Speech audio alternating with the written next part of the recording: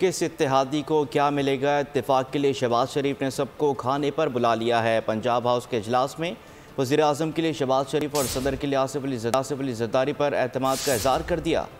इत्तेहादी जमातों ने मुस्लिम लीग नून के अयाज सादिक को कौमी असम्बली के लिए स्पीकर के लिए पीपल्स पार्टी की यूसुफ रजा गिलानी को मुश्तरका तौर पर चेयरमैन सेनेट का उम्मीदवार नामजद कर दिया।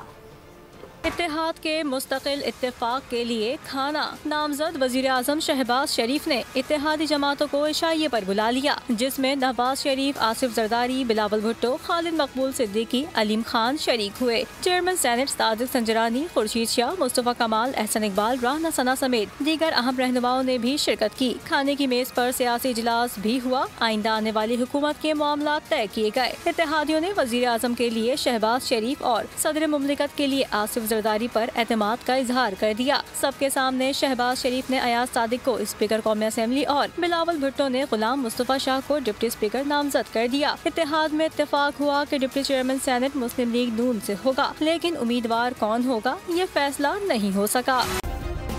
सब्सक्राइब करें और बेल दबाएं ताकि कोई खबर रह न जाए।